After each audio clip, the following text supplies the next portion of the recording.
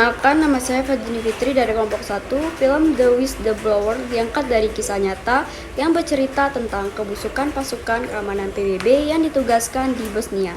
Setelah Perang Bosnia selesai, film ini mengambil sudut pandang polisi perempuan asal Amerika Serikat, Katrin Bolkovac atau Rachel Weisz, yang ditugaskan oleh PBB untuk menjaga perdamaian pasca Perang Bosnia dan mengawasi kegiatan ilegal atau kriminal yang ada di Bosnia. Namun ternyata dalam menjalankan tugasnya, Katrin Bolkovac yang ditugaskan sebagai petugas polisi internasional atau PBB dihadapkan dengan mafia-mafia perbudakan seks dan perdagangan manusia atau human trafficking. Terima kasih.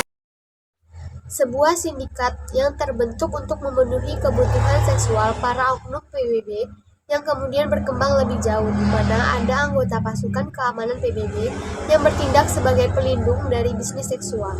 Dalam film ini juga terdapat potret ketidakadilan gender yang tergambar jelas, di mana kekerasan dalam prostitusi terhadap gadis yang married. Pelaku ketidakadilan gender ini tidak hanya utusan internasional dan politisi PBB, tetapi juga anggota International Police Task Force atau IPTF. Film yang diangkat dari kisah nyata ini meliput berbagai bentuk pelanggaran dan pelanggaran prinsip kemanusiaan yang dilakukan personel PBB di Bosnia, antara lain Selamat pagi, selamat siang, selamat sore, selamat malam.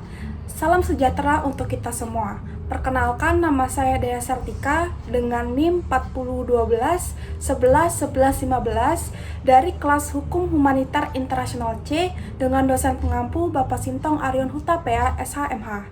Di video kali ini, saya akan melanjutkan review film The Whistleblower dari teman-teman saya. Film yang diangkat dari kisah nyata ini meliputi berbagai bentuk pelanggaran prinsip kemanusiaan yang dilakukan personil PBB di Bosnia. Antara lain, 1. Kekerasan yang disebabkan oleh kekuasaan. Beberapa adegan dalam film ini menggambarkan kekerasan terhadap perempuan, pelecehan seksual, penurunan atau perendahan martabat perempuan, dan kekerasan yang dipicu karena kaum perempuan menolak untuk berhubungan seks sehingga mereka menderita bekas luka penyiksaan di sekujur tubuh mereka. Yang kedua, pengucilan sosial atau kemiskinan gender atau marginalization juga tercermin dalam adegan-adegan dalam film di mana kaum perempuan dianiaya serta dimanfaatkan sebagai pelacur dan tidak diperbolehkan kembali ke rumah. Dan yang ketiga, beban ganda atau double burden. Pembagian kerja dan tanggung jawab yang memberatkan kaum perempuan, misalnya saja pada adegan ketika Katrin Bolkovac ditugaskan dengan beban kerja berlebihan karena ia juga bekerja di lingkungan para pengkhianat atau di sini dikatakan sebagai oknum PBB yang melakukan pelanggaran HAM. Demikian penjelasan mengenai pelanggaran prinsip kemanusiaan yang dilakukan personil PBB di Bosnia dalam film The Whistleblower. Selanjutnya akan dijelaskan oleh teman saya.